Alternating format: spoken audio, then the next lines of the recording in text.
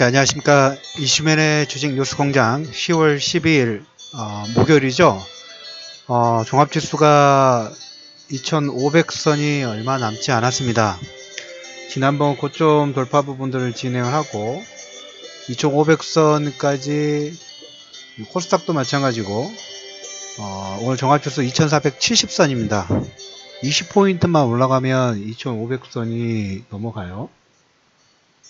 그래서 2500까지 25포인트 정도 남았습니다. 하루면 되지 않을까라는 생각. 오늘 16포인트 올라왔죠. 퍼센테이지로.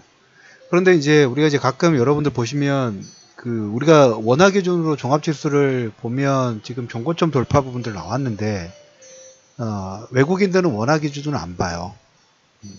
달러 기준으로 봅니다. 달러 기준으로 보면 아직 종고점 돌파가 이루어진 건 아닙니다.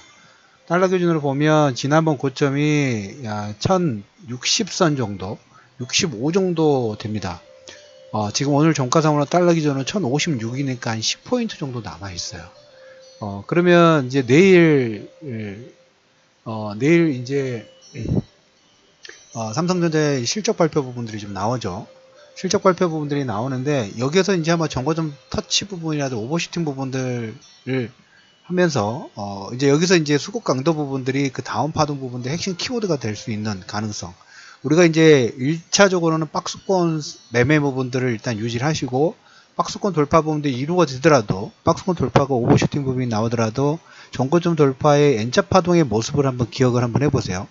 종고점 돌파를 하려면 한번 슈팅 부분들이 나왔다가 거기에서 워낙 차익 매물이 많이 나오다 보면 일시적으로 하락 부분들이 좀 나오죠. 거기에서 이제 디딤작용 부분들 잘하면 다시 신고가 파동 부분들 만나는데, 자, 여기서 이제 우리가 누가 여기서 파동 부분들을 만들어 줄까? 원화 기준으로는 신고가 파동이지만 아직 외국인들이 보는 달러 기준으로는 아직 종고점 돌파 부분들이 폭 자체가 남아 있다. 올라갈 수 있는 폭이 남아 있다. 그리고 종합지수도 보면 심리적인 저항대죠. 2047, 2474, 2500이 20포인트 남았습니다. 얼마 남지 않았어요. 2500은 그냥 가는 가격 중에 하나일 뿐이라는 생각 부분들을 해두실 필요가 있지 않느냐라는 얘기를 계속적으로 좀 드렸습니다. 오늘 여러분들 보시면 전기전자를 일단 기본 베이스, 전기전자하고 제약바이오를 기본 베이스로 깔아놨어요. 시장은.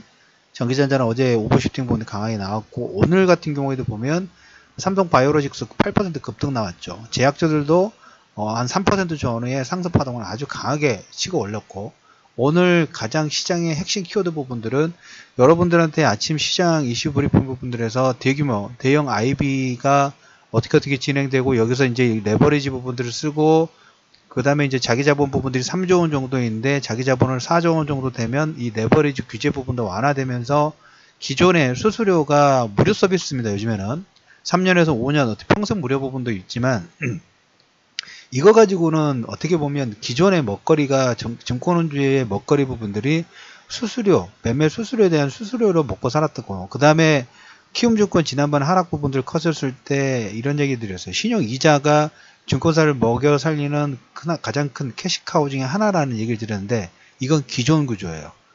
그러면서 이제 신용이자 부분도 하락 부분이 나오다 보니까 증권사들 입장에서는 캐시카우가 점점점 축소되는 그런 과정이죠. 자, 그럼 여기서 부각되는 게 뭘까요? 대규모 예전에 유상증자 부분들 하면서 정말 개인 투자자들에게 뭐 5년 이상 동안 정말 힘들겠다. 엄청난 물량 부담으로 그리고 이제 그 대규모 IB가 이제 정작 실질적으로 규제 부분들이 풀어주고 레버리지라든지 기업 어음이라든지 이런 걸로 다른 대체 상품 부분들을 판매할 수 있는 하나의 창구가 증권업종에게 기회가 주어지고 있죠. 모두 다 그렇진 않아요.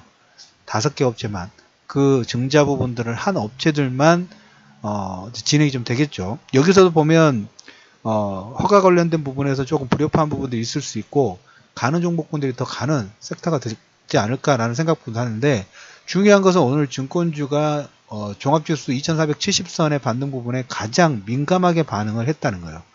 오늘 증권주 같은 경우는 NH가 6%, 한국금융주주 8%, 미래 4%, 키움 KTB 5%, 삼성증권 5%. 월등하게 상승 파동이죠. 어제 이런 얘기 드렸어요. 순환매 부분들이 돌 거다. 순환매 파동 부분들이 돌 거다. 오늘 뭐 증권, 은행, 건설주, 순환매 파동 부분 나왔고, 화학주도, 그 다음에 제약 바이오는 항상 움직였고, 기계 섹터도 마찬가지고, 그 다음에 소재, 금속 관련된 정유업종도 보면, 정유업종 같은 경우에도 원래 유가의 변동폭에 따라서 실적이 조금 마이너스 될 요건 부분들이 있었지만, 2, 4분기 이후에 3, 4분기에 정유업종 부분들, 긍정적인 포인트 부분들은 허리케인이에요. 미국의 허리케인을 인해서 정유 공장이 뭐 절반, 뭐 70% 전후에 셧다운 부분들이 되면서 거기에서 이제 생산 부분들을 공장을 셧다운하다 보니까 다른 쪽에서 생산 부분 수입을 좀 해야 되죠. 그래서 그걸로 인해서 뭡니까 이 스프레드 차가 상승을 하면서 3, 4분기에도 정유업종의 단기 실적에 긍정적인 포인트 부분을 주면서 계속적으로 뭡니까 종합지수는 서서히 올라가고 있으면서 대형주 라인들은 순환매 파동을 해서 한 번씩 툭툭 치면서 올리죠. 오늘 증권주처럼 5%, 7%, 어느 날은 건설주, 어떨 때는 은행주, 어떨 때는 기본 전기전자하고 그 다음에 제약 바이오 부분들 기본 깔아놓고 경기 민감주 섹터 부분 순환매가 상당히 빠르게 움직이고 있어요. 그 와중에 외국인들은 뭐하고 있나요? 이렇게 지수는 원화 기준으로 신고가 나왔고 달러 기준으로는 아직 그 정고점 수준 돌파 분까지 아직 폭 자체가 남아 있고 그럼에도 불구하고 섹터별로 이렇게 순환매 파동 부분이 가장 강하게 나오는데 이와 반해서 개인 투자자들의 투자 심리 부분들은 지금 어떻게 됐나요? 대형주 가지고 계신 분들은 좀 가지고 가셨으면 하는 바람 계속적으로 지금 제가 그걸 먼저 강조를 해드리죠. 자, 중형주 파동 부분이 나올 거예요. 근데 이제 우리가 구분 부분들을 할 때, 저는 가장 쉽게 표현하는 대형주는 부모님이라고 생각을 합니다.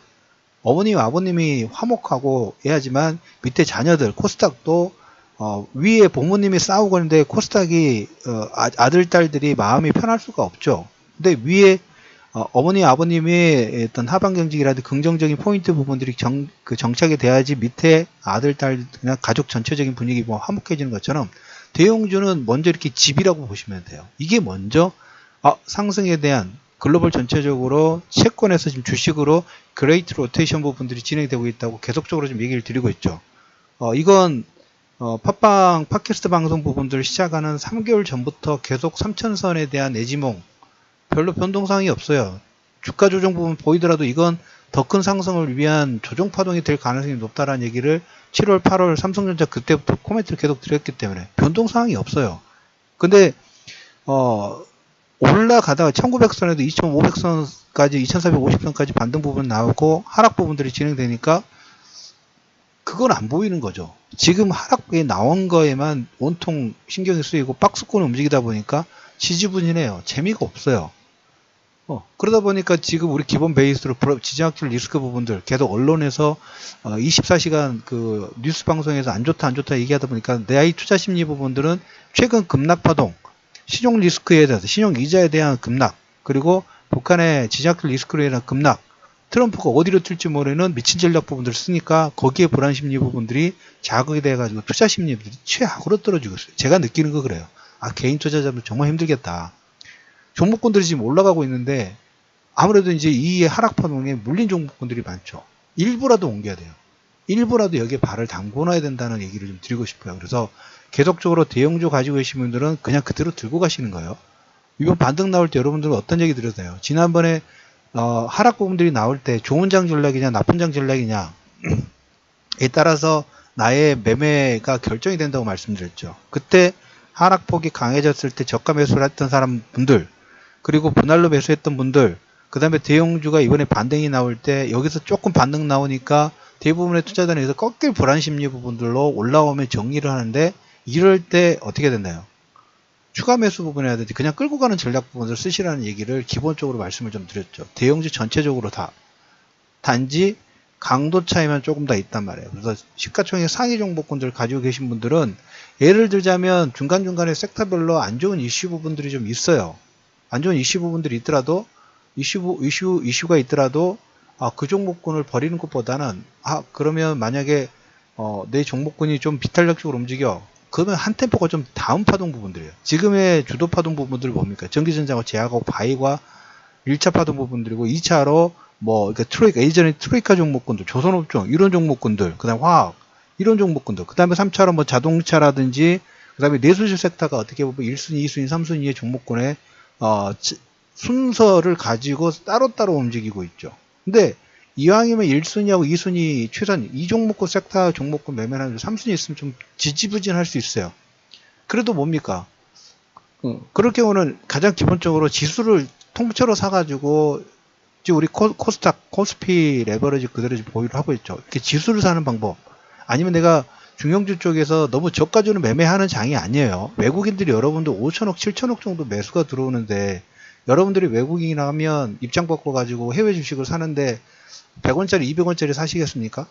그 나라를 대표하는 종목군들의 어떤 그 담보가치라든지 그 외에 평판 부분들 먹고 고가주를 사주죠. 외국인들도 마찬가지예요.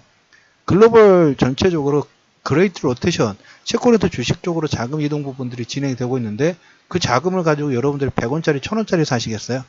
당연히 시총 상위 종목군 사죠.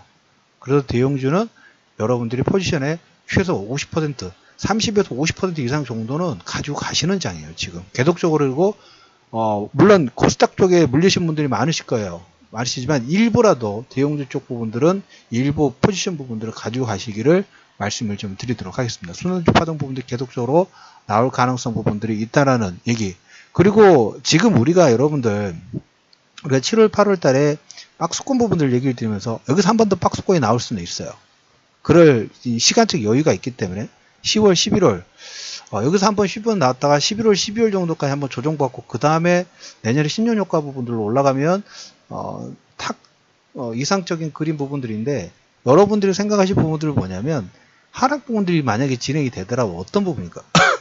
좋은 장의 전략 부분 제가 말씀드렸죠. 채권에서 지금 그 주식으로 그레이트 로테이션 부분들이 진행이 되고 있는데 그 자금이 하루 이틀 한 달, 두 달 조정받으면서 끝날까요? 아니에요. 지금 파동 부분도 여러분 최소한 얼마?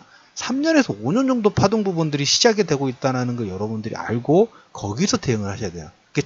단기적으로 꺾여가지고 조정받고 여기에 크게 연연할 필요가 없어. 왜? 장세 자체가 계속적으로 우상향의 장세 부분들이 진행될 가능성이 아주 높기 때문에 외국인들이 저렇게 적극적인 매매 전략 부분들을 하고 이미 3년 전, 4년 전부터 계속 우리나라 주식 부분들을 매집을 해왔다는 그런 증거 부분들이 계속 있다는 거죠. 인플레이션 시대라는 거죠. 인플레이션 시대 부분들이 계속적으로 확산이 되는 부분이고, 그래서 오늘 아침에 FOMC 의사락 부분에서 보면 물가 상승률이 나오지도 않은데도 자기들이 원하는 목표치가 아님에도 불구하고 금리 인상 부분들은 예정대로 진행하겠다고 어떤 방향성 부분들을 제시를 해줬죠. 그렇게 해야만 된다는 고 말씀을 좀 드렸죠. 그래서 향후에 이 속도 부분들은 계속적으로 이 방향성 부분들은 계속적으로 진행될 가능성이 아주 높다는 거죠. 그래서 단기적으로 여러분들 조정이 보인다 하더라도 그것은 단기예요. 말씀을 드렸던 것처럼 지금의 파동 부분들은 3년에서 5년 정도. 제가 이제 우스갯소리로 제 친구라든지 지인분들하고 얘기할 때 한 번 나올까 말까, 한 번 볼 수 있을까 말까 하는 큰 장이 올 수 있는 가능성이 매우 높다. 이번은 안 놓쳤으면 좋겠다. 라는 얘기를 또 대용주로 말을 하면 한쪽 길로 흘러요. 1900도도 그래요. 지금 2000선, 2300선 올라오니까 너무 올라오지 않았냐. 1900대는 왜 안 사고 2500원 또 비싸다고 생각하지? 지금 지수 자체가 2500선 올라온 것은 삼성전자 시총 상위 종목군의 반등 부분들이 컸기 때문에, 물론 그 전에 금융이라든지 증권주들 일부 반등 부분이 나왔지만 삼성전자에 비하면 이건 뭐 비교할 건덕지가 안 돼요. 비교할 건덕지가 안 된다는 얘기예요. 그래서 그 외 종목, 삼성전자에 어떻게 보면 그 독주로 인해서 주가가 1900선에서 2400선에 올랐고, 나머지 그 외 종목군들은, 물론 종목군마다 편차 부분들이 있지만, 삼성전자가 10으로 올랐다면 나머지 종목군도 2, 3 정도밖에 오르질 않았어요. 그래서 뭡니까? 이 높납치를 맞추기 위해서 위에 거는 여기서 현상 유지만 하고 밑에 게 좀 올라봐야 되겠죠. 아니면 그 상황에 따라서 위에 거 잠깐 눌러주고 밑에 거 올리고, 그래서 지금 키 맞추기 하려고 하는 움직임 부분들이 계속적으로 나오다 보니까 순환매 파동 부분이 나오죠. 순환매 파동이 나와서 주가가 올라가고 있어. 외국인들은 그걸 보고 계속 우상향 매수를 하고 있는데 개인들은 투자 심리는 우하향하고 있단 말이에요. 반대로 가면 안 된다고 그랬죠. 반대로 가지 마세요. 지금은 아까 말씀드렸죠. 제 지인에게 말씀을 드렸던 것처럼, 물론 제가 보는 시각 부분들이 틀릴 수도 있겠죠. 하지만 모르겠습니다. 한 2, 3년 동안 지금 그렸던 모습들에서 크게 벗어나지는 않았어요. 3년에서 5년 정도의 큰 장이 오는 장이에요. 이 장 나중에 확인한 다음에 매매해야지. 그러면 안 돼요. 장세 자체가 절대 작은 장이 아니라 큰 장이 움직이고 있다라는 얘기를 오늘 이슈맨의 주식 뉴스 공장 10월 12일 마감 시향 방송에서 마무리를 드리도록 하겠고, 팟캐스트에 계속적으로 그 아침하고 오후장 브리핑 부분들 정리해서 올려드리고 있습니다. 투자 심리 부분들이 약해지시고 중형주 쪽에 가장 많은 포커스를 하시고 재밌어 하시는 게 개인 투자자분들인데, 그럼에도 불구하고 일부는 대형주 쪽에 매매 부분을 하신 분도 분명히 있으실 거예요. 그래서 중형주도 좋지만, 중형주 부분도 좋지만 대형주를 가지고 계신 분들은 이 반등 부분이 나왔다 해서 홀라당 매도하지 마시고, 일부 비중 부분들은 대형주 쪽 매매 플레이 부분들, 외국인 입장에서 자금 자체가 들어올 때 일단 시가총액 높은 종목군 사고 그 효과로 인해서 이렇게 쓱 중형주까지 내려가죠. 이 시차가 조금 있어요. 이 시차가 약간 조금 있을 뿐이에요. 그래서 양쪽 다 한쪽에 너무 포지션 부분들을 몰빵하지 마시고, 저가주는 하는 장이 아니에요. 저가주는 지금 건드리는 장이 아니야. 주식수 많다고 해서 종목권도 올라가지 않아요. 저가주 매매하신 분들은 지금 시장에서 완전 헛다리 짚고 있는 거예요. 저가주 하지 마시고 고가주, 실적이 좋은 종목군, 배당이 높은 종목군, 이런 종목군들이 외국인들이 일단 선호하는 종목군들이니까 외국인들이 가는 길에 한 템포 여러분들의 발을 살짝 끼워두시기를 꼭 말씀을 좀 드리면서 이슈맨의 주식 뉴스 공장 10월 12일 마감 브리핑 부분들을 마무리하도록 하겠습니다. 자, 모두 힘내시고 조만간 10월 중에 2500선에서 인사드릴 수 있기를 기대를 하면서 금일 이슈맨의 주식 뉴스 공장 10월 12일 마감 브리핑 부분들을 마무리하게 하도록 하겠습니다. 자, 편안한 저녁 보내시고요. 좋아요, 그리고 팟캐스트 외 방송에서 보신 분들은 팟캐스트에 일단 구독하기로 들어오시기를 말씀을 드리면서 금일 방송 마무리하도록 하겠습니다.